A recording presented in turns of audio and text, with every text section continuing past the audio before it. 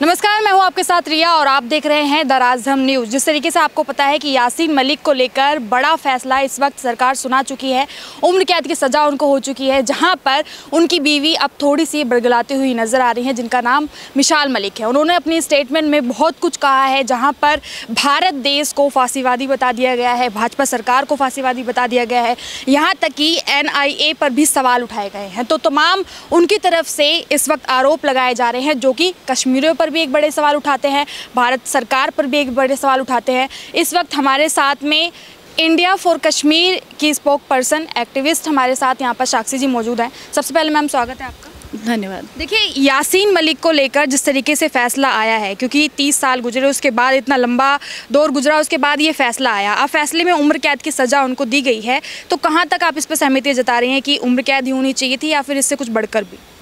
देखिए, अगर आप मेरी पर्सनल ओपिनियन ले तो obviously as a Kashmiri Pandit, as a Kashmiri Hindu, as an Indian, जो यासीन मलिक के जो क्राइम्स हैं उनकी लिस्ट बहुत लंबी है।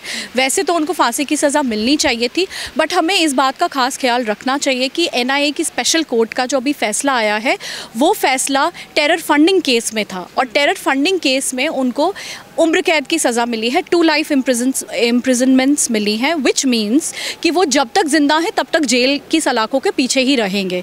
तो obviously I am satisfied, we are satisfied कि उनको सज़ा मिली है, क्योंकि यासीन मलिक वही इंसान हैं जो कि पिछली जो हमारी UPA की सरकार थी उनमें उनकी मेहमान नवाजी हुआ करती थी। तो उस सरकार से तो हमें वैसे भी कोई उम्मीद नहीं थी कि जो हमारा कश्मीरी हिंदुओं का कातिल है उसको कभी उसका ट्रायल होगा और उसको सज़ा मिलेगी। तो आज ये जो कल ये जो फैसला आया है, और आज यासीन मलिक जो जिन्होंने प्लीड गिल्टी किया है, उन्होंने कॉन्टेस्ट भी नहीं किया और कहा कि हाँ मैं एक्सेप्ट करता हूँ इन सब क्राइम्स को, तो उसके लिए उनको अब लाइफ इम्प्रिजनमेंट की सज़ा मिली है, जेल की सलाखों के पीछे रहेंगे। एंड आई थिंक ये सज़ा he deserves it, definitely he deserves it. और एक और चीज़ का हमें ये ख्याल रखना पड़ेगा कि इनके ऊपर मर्डर चार्जेस जो है, he is a genocide enabler. उन्होंने कश्मीरी हिंदू समाज को, कश्मीरी हिंदुओं को, he played a very pivotal role, जहाँ से हमारा जो जेनोसाइड और उसके बाद जो एक्सोडस हुआ उसमें इसका बहुत बड़ा हाथ था। तो वो क्राइम्स अलग हैं, उनके लिए इसकी अभी जो उसके ऊपर कोई केस नहीं चल रहा है। उसके ऊपर एक केस है, वो जो IAF officer squadron leader Ravi Khanna ji का केस है, उसका मर्डर केस उस पर चल रहा है। और आने वाले समय में इस केस को अगर हम देखते हैं, इस केस को देखते हैं तो हमें पूरी उम्मीद है कि उस केस में भी इसको वाजिब सज़ा ज़रूर मिलेगी, और हम उम्मीद करते हैं कि उस केस में इस टेररिस्ट को फांसी की सज़ा मिले। देखिए, जब से उम्र कैद की सज़ा सुनाई गई है, उनकी जो वाइफ है यानी कि मिसाल मलिक, वो अब सवाल उठा रही हैं भारतीय जो इस समय केंद्र सरकार है उसके ऊपर। वो कह रही है कि भारतीय जनता पार्टी जो सरकार है वो फांसीवादी सरकार है, बेकसूर को उम्र कैद की सज़ा सुनाई गई है। कश्मीर के टॉप लीडर रहे हैं यासीन मलिक। देखिए, हर एक पाकिस्तानी के लिए यासीन मलिक तो एक बेकसूर और एक टॉप लीडर ही रहेंगे। उनकी जो यासीन मलिक की बीवी है वो भी एक पाकिस्तानी है, और वाजिब है कि उनके पति को सज़ा सुनाई है NIA कोर्ट में, तो उनके ऐसे बयान आना बहुत ही नॉर्मल है। वो कभी एक्सेप्ट नहीं करेंगे। उनके लिए तो वो एक लीडर था, उनके लिए तो वो एक फ्रीडम फाइटर है। लेकिन जब हम यहाँ से देखते हैं, यहाँ की दृष्टि से देखते हैं, तो Yasin Malik is a genocide enabler. उसने जो फंडामेंटलिज्म की, सेपरेटिज्म की शुरुआत की थी, he has played a very pivotal role. Jammu Kashmir liberation front के चेयरमैन है, उसको he is also the founding member. तो टेररिस्ट एक्टिविटीज़ जो 80 के दशक में जो वहाँ पे फ़न फैलाई, तो यासीन मलिक का एक बहुत बड़ा हाथ रहा है। तो इनकी क्राइम्स की लिस्ट तो बहुत ही लंबी है। इन्होंने कश्मीरी हिंदुओं को, IAF ऑफिसर्स को, और जम्मू कश्मीर पुलिस को, और वहाँ के जो इनोसेंट मुस्लिम्स थे उन सबको मारा है। इसका हाथ है उनकी हत्या में। तो ये एक जेनोसाइड एनेबलर है, चाहे इसकी फैमिली कुछ भी कहे, लेकिन अगर आप यहाँ की संविधान और यहाँ की लॉ के हिसाब से देखें तो ही इज़ अ क्रिमिनल। और इस क्रिमिनल को इसके गुनाहों की सज़ा मिली है, वो भी तब जब इसने कोर्ट में खुद प्लीड गिल्टी किया है, बोला है कि हाँ मैंने टेरर फंडिंग की है, वो पैसा गया है और टेररिस्ट एक्टिविटीज़ में लगा है वो पैसा, तो उसने वो अपने क्राइम्स को खुद ही एक्सेप्ट किया है। तो जहाँ तक कि फैमिली की बात आती है तो देखिए ये तो बहुत एक्सपेक्टेड चीज़ है कि उनकी फैमिली तिलमिला उठेगी, इस उन्होंने कभी एक्सपेक्ट नहीं किया था। इनफैक्ट मैं आपको ये बताऊँ, कल जब ये फैसला आया तो उसके बाद मैं एक न्यूज़ चैनल देख रही थी, उस न्यूज़ चैनल पे फॉर्मर DG NIA के थे मिस्टर YC मोदी, उनका एक बहुत छोटा क्लिप ही मैं सुन पाई थी। उसमें उन्होंने बताया कि जब यासिन मलिक का ये जो केस शुरू हुआ, आप ये देखिए कि इसको मेहमान नवाजी की इतनी आदत थी, इसने कभी सोचा नहीं था, ये उन्होंने बताया कि यासिन मलिक ने कभी सोचा नहीं था कि उस पर कभी भारत सरकार की तरफ से केस चलेगा और उसको सज़ा होगी, वो जेल की सलाखों के पीछे जाएगा। तो इनिशियली जब इसके साथ इसकी क्वेश्चनिंग होती थी तो इसका रवैया इतना हॉस्टाइल होता था, इसे अभी भी लगता था कि ये UPA ईरा में रह रहा है और जैसी खातिरदारी और जैसी मेहमान नवाजी ये UPA ईरा में इसके साथ होती तो वैसा ही इस सरकार के दौरान भी होगा। लेकिन ये तत्कालीन सरकार की जो मंशा है, ऑब्वियसली ये उसका भी बहुत बड़ा रोल है, मोदी सरकार का बहुत बड़ा रोल है क्योंकि उनकी इंटेंशन बहुत क्लियर है कि वो टेरर और टेररिस्ट को माफ़ नहीं करेगी और टेरर और टेररिस्ट को माफ़ नहीं करेगी। तो ऑब्वियसली उनकी मंशा, जब सरकार की मंशा होती, कहते हैं ना where there is will there is a way, तो इस सरकार की मंशा बहुत क्लियर है। और कल जब उसको सज़ा सुनाई गई है तो ऑब्वियसली कहीं ना कहीं ये इंटेंशन दिख रहा है लोगों को कि ये सरकार is going to deal with terror and terrorist with high headedness. लेकिन वो तो ये जोड़ती हुई भी नज़र आ रही हैं, जहाँ पर उन्होंने स्वतंत्रता सेनानियों की बात कर दी, गांधी जी की बात करी, भगत सिंह की बात करी। उनका कहना है कि यासिन मलिक कश्मीर के लिए उसी तरीके से लड़ रहे थे जैसे कि भगत सिंह और गांधी जी लड़ा करते थे। देखिए, पाकिस्तानियों को तो ये लगता है कि कश्मीर पाकिस्तान का है, there is a historical fact कि पाकिस्तान बना है, it was carved out of Bharat. So Kashmir is not new, Kashmir is not a territory that has been captured. In fact, Pakistan has been, carved out of India in 1947. और कश्मीर जो उनके पास है, हमारा जो POK, उन्होंने ज़बरदस्ती हथियाया हुआ है, जो हमारे ही कश्मीर का हिस्सा है।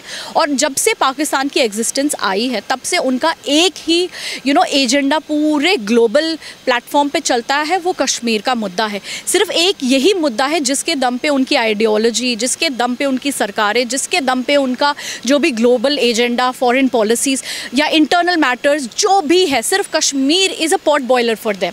तो जब तक वो कश्मीर का राब अलापते रहेंगे तब तक वो वहाँ की जनता को बहकाते रहेंगे। और वो अभी भी इसी खाम ख्याली में हैं कि कश्मीर की जो ये उन्होंने 1990 में जो कश्मीर में ये जो फंडामेंटलिज्म की वहाँ से जो फ्यूल हुई थी, जो टेररिज्म की शुरुआत हुई थी, तो 30 साल से ये जो चलता आ रहा था किस्सा, बड़े आराम से ये लोग अपना हमारे यहाँ पे हमारे पुलिसकर्मियों को, हमारे आम नागरिकों को जो बर्बरता से मारते आ रहे हैं, ये दोबारा से वैसा करेंगे और कश्मीर का जो ये राग है वो अलापते रहेंगे। लेकिन इन लोगों को ये समझ में नहीं आ रहा है कि ये UPA की सरकार नहीं है, ये नरेंद्र मोदी जी की सरकार है, जो बिल्कुल उनकी मंशा बहुत साफ़ है कि कश्मीर, उन्होंने ग्लोबल प्लेटफॉर्म्स पे भी ये बहुत ही क्लियर संदेश दिया है सब पूरी इंटरनेशनल कम्युनिटी को कि Kashmir is an integral part of India, और जो उनका POK जो उन्होंने हथियाया हुआ है ना, वो भी हमारा ही हिस्सा है। तो अगर आप देखें तो अभी जब JNK का रीऑर्गेनाइजेशन हुआ था उसमें 24 सीटें स्पेशली पाकिस्तान ऑक्यूपाइड कश्मीर के लिए रखी गई थी,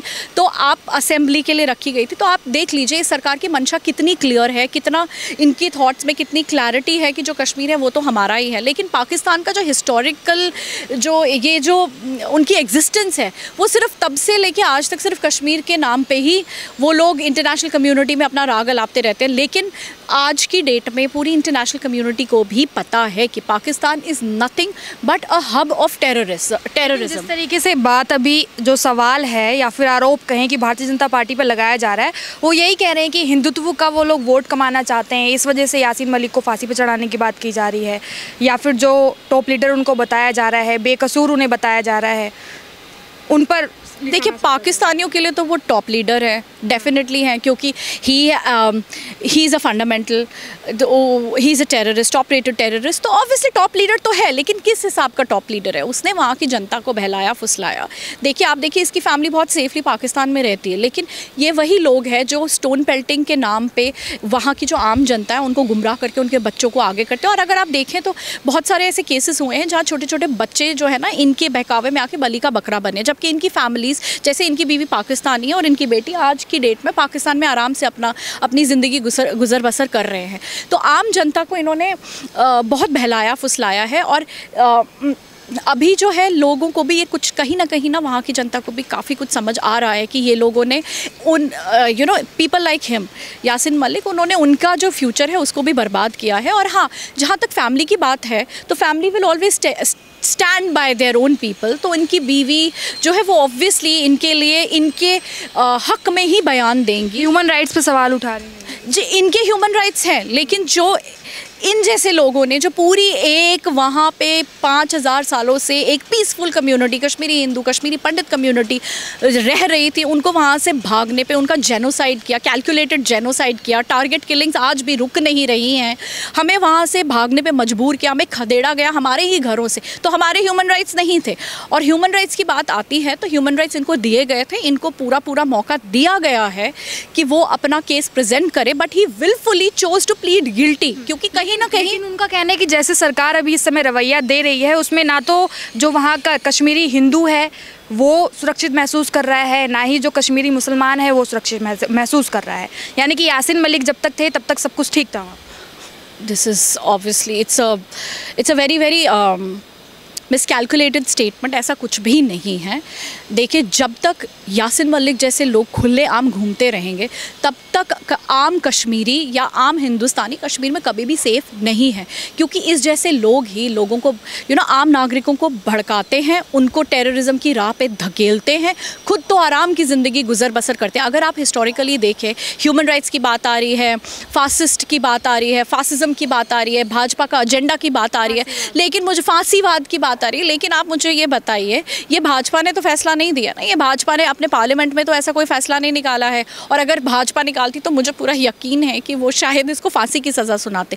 लेकिन इसका ट्रायल हुआ है, प्रॉपर NIA कोर्ट में हुआ है, इसको पूरा मौका दिया गया था कि ये अपना पक्ष रखे, लेकिन इसने चूज़ किया कि ये गिल्टी प्लीड करे। जब इसने गिल्टी प्लीड किया तो ऑब्वियस सी बात है कि दूसरे पक्ष को अपना कॉन्टेस्ट करने की ज़रूरत ही नहीं पड़ी, इसने खुद ही बोला हाँ मैंने वो क्राइम्स किए, इसने एक्सेप्ट किया है कोर्ट रूम में। इस पर भी सवाल उठाया जा रहा है कि जब बात होती थी, कॉन्फ्रेंस होती थी, तो जो उनकी तरफ से माइक होता था उसको म्यूट कर दिया जाता था, मतलब कि उनकी तरफ से बोलने ही नहीं दिया जाता था, जो भी प्रिकॉशंस था वो सारा एक ही तरफ से बोला जाता था।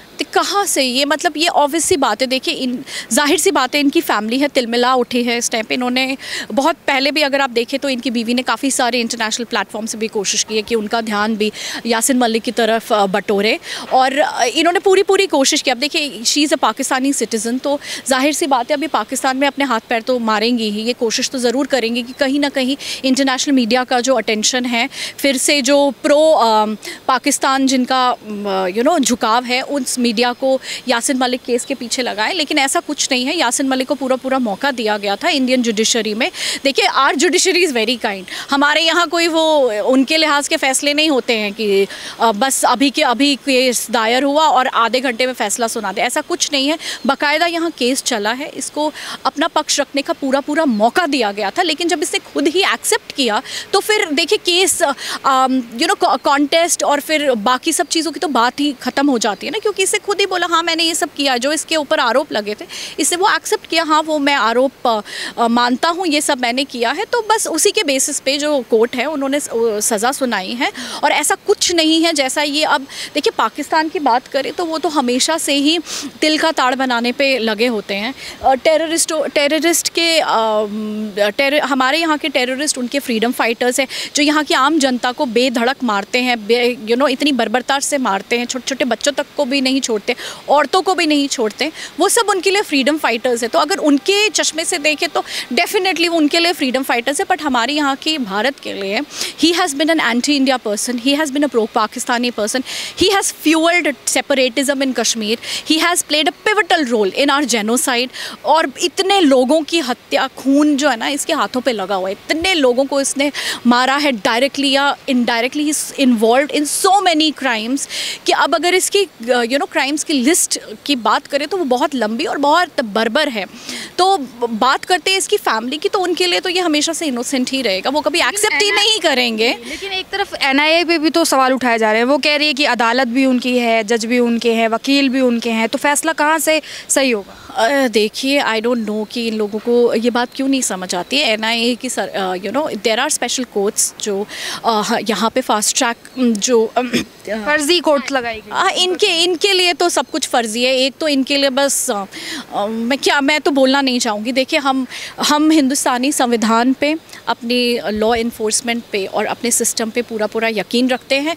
We have followed the trial और हमें पता है यासिन मलिक को अपना पक्ष रखने का पूरा मौका दिया गया था, बट इसने विलफुली चूज़ किया to plead guilty. Now that he has pleaded guilty, इसने एक्सेप्ट कर लिया है कि मैं गिल्टी हूँ, तो बाकी जो ये ऊट पटांग या उल जलूल बातें करेंगे तो उनका कोई मतलब नहीं रह जाता। जेल में जहर दिया जा रहा है, ये तो अभी तो देखिए, there are so many conspiracy theories you will see floating around. अरे वो तो कमज़ोर हो गया। अरे देखिए ना, एक इंसान जो पिछली सरकार में, UPA की सरकार में, जो हमारे तत्कालीन प्राइम मिनिस्टर का गेस्ट हुआ करता था, अब वो पिछले 3 साल से तिहाड़ जेल में बैठ के वहाँ का खाना खा रहा है। तो ऑब्वियस सी बात है, जाहिर सी बात है, कुछ ना कुछ तो 19-20 का फ़र्क तो आएगा ना फिजिकल स्ट्रक्चर में। ऐसा कुछ, बाकी he is a crime and he needs to be tested as per the constitution and as per our judicial system. तो ऐसा कुछ नहीं है। तो मुझे पूरा यकीन है कि हमारे जो लॉ इन्फोर्समेंट एजेंसीज है वो इसका खासा ख्याल रख रहे हैं कि जब तक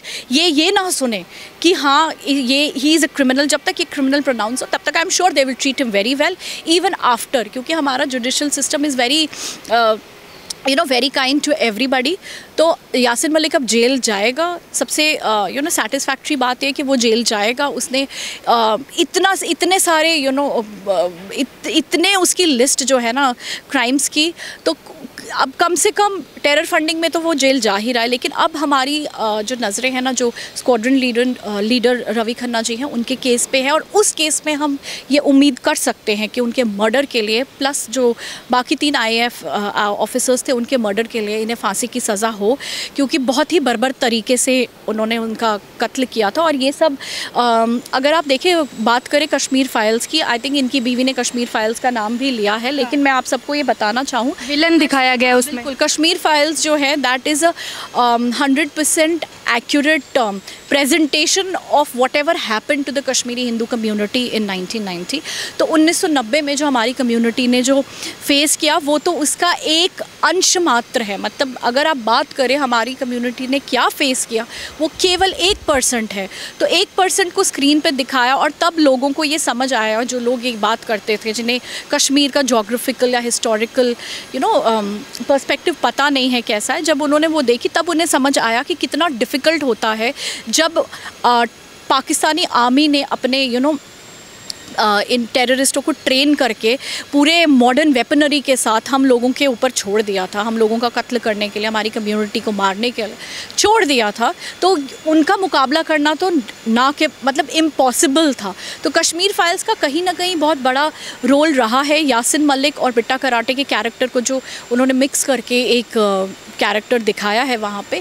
तो मैं ये आपको बता रही हूँ, आप खुद देखिए, आपने फिल्म में देखा कि उसने, यासिन मलिक ने बोला था कि मैं तो गांधीयन प्रिंसिपल्स को फॉलो करता हूँ, और इसने खूब वही सेम टू सेम बात इसने अभी कोर्ट रूम में भी कही है। तो आप मुझे बताइए, ये जो लोग कश्मीर फाइल्स को, जैसे कि इनकी बीवी बोल रही है Kashmir files is a fake story, तो अगर ये फेक स्टोरी थी तो ये बात वहाँ कैसे बोली गई और एग्जैक्टली सेम बात इसने यहाँ कैसे बोली?